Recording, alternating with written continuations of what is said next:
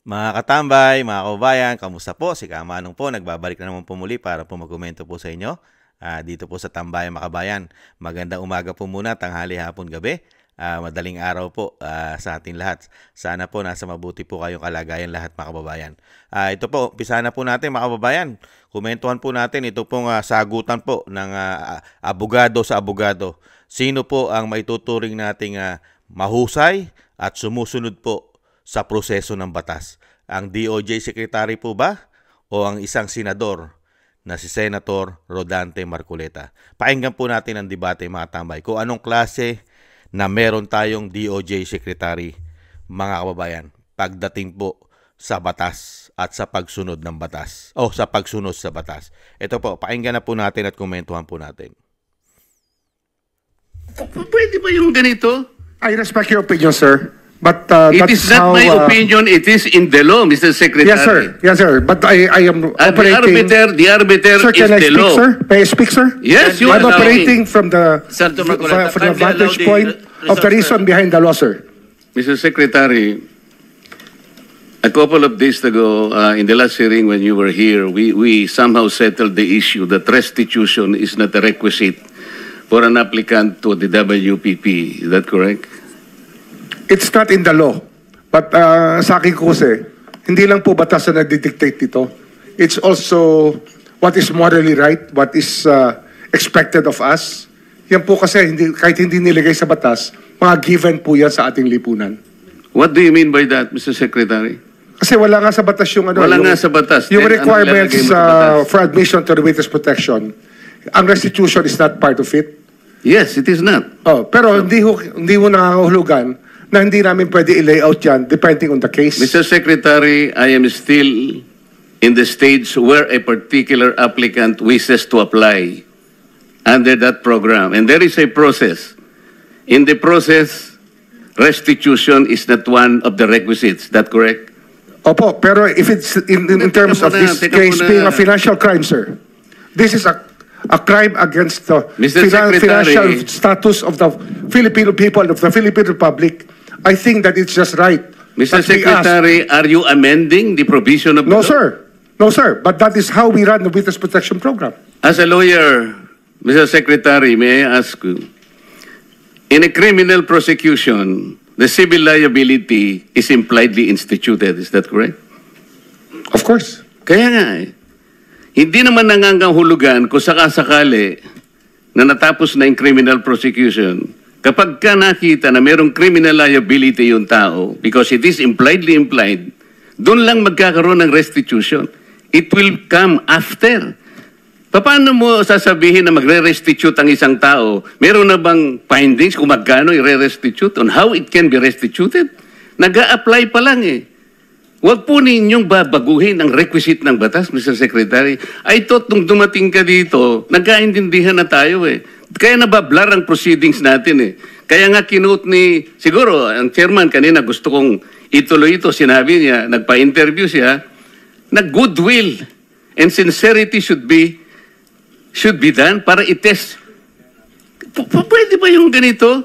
I respect your opinion, sir. But It that's is not how, my opinion, it is in the law, Mr. Secretary. Yes, sir. Yes, sir. But I am And operating. the arbiter Sir, is can I the speak, law. sir? May I speak, sir? Yes, you I'm are operating from the Senator Marcoleta, from the kindly allow vantage the point of the resource, reason behind the law, sir. What is the reason behind the law? So that we can get justice, and justice can only be attained if there is restitution. So that is the principle behind all of these things that we are talking about now. Mr. Secretary, restitution will come after. It cannot be. So it can cannot come before or after, sir. It can come before or You after. cite the law that it come before. Wala nga po sa batas eh.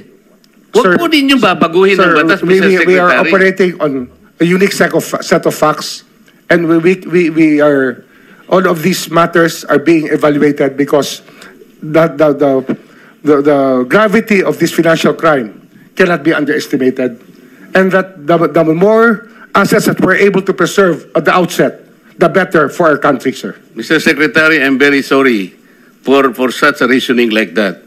Alam mo, nakikinig I'm very ang sorry, sir. buong bansa. Also, sir, I'm very sorry too if you do not agree with me. But I respect your opinion, sir, and we will carry out our job as we deem fit as we see. Mr. Chair, I said that the I country am not needs. expressing an opinion here. I am articulating the provision of law. You do not change the provision of law, Mr. Secretary.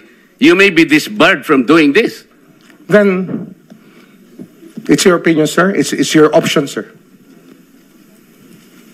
Sinabi ko na nga, hindi ko opinion ito. I am articulating Then it's your option, the sir. It provision of is law. what you wish to happen. That you may proceed Ikaw ang with what you nagbibigay wish. ng opinion, nilalagay mo yung restitution to test the goodwill of a possible applicant. It is not in the law. Unless you are able to point out the provision of law that it come before. Hindi ganun eh. Sabi mo na nga, and we admitted, impliedly instituted ang civil liability, but this will come eventually after the court has pronounced kung magkano ang ibabalik niya kung meron man. Not before. Thank you, Mr. Chair. Are you done, Senator Marcoleta? Thank you. Okay. Grabe, no? Anong klaseng secretary ito? Secretary, DOJ ito. Secretary of Justice? Hindi sumusunod sa proseso ng batas? Batas na nga. Pambihira, oh. Talagang mayroon pong political dito, mga tambay. Talagang ayaw po nilang bigyan ng state witness ang mga Diskaya. Kasi napakarami pong alam at pinasasabog po ang mga Diskaya, mga kabayan. Hindi lang po ang sinasabi pong iilan-ilang congressman po ang hawak po ng mga ebidensya ng mga Diskaya na nagkapera, nangumisyon sa kanila, mga politiko. Napakarami po ito. Tapos, napaka-importante po nito. Napaka-importante po nabigyan mo ng proteksyon ang mga Diskaya. Pero pagdating po dito sa secretary ng DOJ, mga kabayan, ibang klase. Wala sa hulog. Batas na nga batas, nag-a-apply. Ngayon, ang gusto mo mangyari, yung konklusyon mo.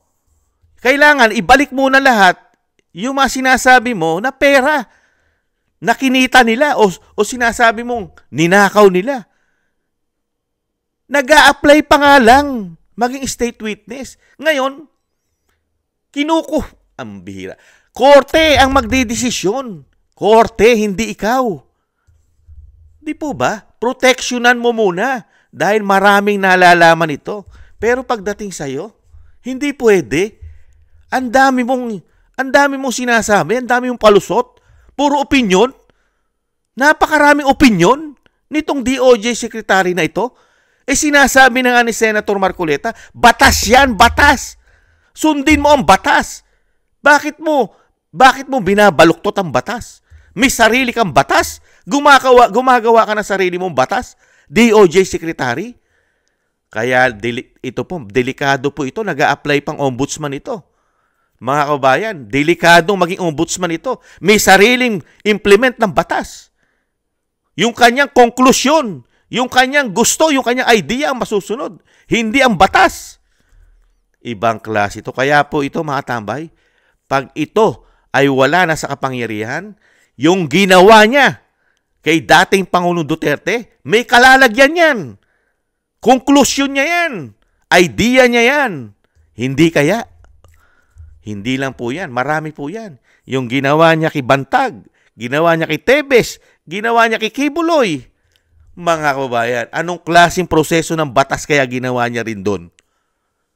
Ito, nag-a-apply pa lang, ha? Nag-a-apply pa lang. Proteksyon.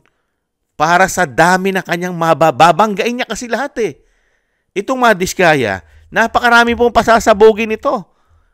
Lalo-lalo na yung bayan ng Pangulo. Siya rin ang contractors doon sa bayan ng Pangulo, sa Ilocos Norte, ayon kay Manong Chavit. Mga kababayan, anong klase na meron tayong DOJ secretary, mga kababayan? Anong klase ito? Abogado yan. Pero ganyang klase ang utak na meron siya. Siya ang masusunod. Yung kanyang masusunod, hindi yung proseso ng batas. Hindi ang batas ang masusunod sa kanya. Yung conclusion niya. Ibang klase ito, mga kabayan. Unbelievable. Ibang klase po, mga kabayan, na meron tayong DOJ secretary. Kaya pala nakalaya agad ng kanyang anak. Wala pang 3 buwan, absuelto ang kaso ng kanyang anak. Absuelto. Ibang klase. Dahil mahusay pala siya pagka siya na mag-implement ng batas. Ibang klase. Ibang klase po pala. Saan pupulutin ang ating bansa pagka ganitong klase? Meron pong DOJ Secretary na gusto pang maging ombudsman. Unbelievable, mga kababayan. Ibang klase pala. Ibang klase talino mo. Bilib na bilib kami sa'yo. Ibang klase ang talino mo. DOJ Secretary Boying Rimulya, napakatalino mo. Unbelievable. Pwede kang pumasok bilang Chief Justice ng Korte Suprema. Mahusay ka. Mga kabayan, sobrang husay po niyan. Unbelievable. Kaya pala lahat ng kalaban sa politika, mga kabayan, pagka ito ang namulitika, patay kayong bata kayo. Pagka yan ang namulitika sa inyo. Ibang klase po yan. Walang proseso at walang batas-batas yan. May sarili implement ng batas niya yan, mga kababayan. Maraming salamat po sa nagusto po ng ating Tambayang Makabayan sa YouTube at TikTok. At ganoon din po sa mga nagko-comment, like, share, and subscribe. Sa mga subscribers po natin, maraming salamat po sa inyo. At sa patuloy po nagsusubscribe, thank you po. At sa mga nagbibigay po ng biyaya at tulong po sa inyo, sa akin po, mga tambay, sa inyong lingkod, ay thank you rin po. Mabuhay po kayo. Maraming salamat po sa inyo. At syempre po, yung dasal po natin at panalangin sa pamilya Duterte, sama po natin sa ating mga dasal na maingatan po sila, ang ating Vice President, ang ating dating Pangulong Duterte, ay maingatan po at madugtungan pa po ang kanyang buhay at kalakasan at makabalik na po sa lalong mabilis sa ating bansa, mga kababayan. At syempre po, mga kababayan, ganoon din po tayo po ay magdasal at manalangin nang tayo po ay maingatan at ang ating buong sambahayanan, mga kababayan. At muli po, mga kababayan, ingat-ingat po tayo. Konting tiis lang po. Talaga pong nabudol po tayo. At talagang ang ating bansa ay ganito na lang po. Ganito na lang sa loob ng 6 na taon na ibibigay po sa atin na kanila pong trabaho. At talagang napakahusay na lingkod bayan ng mga taong ito. Thank you po. Paalam. Bye-bye.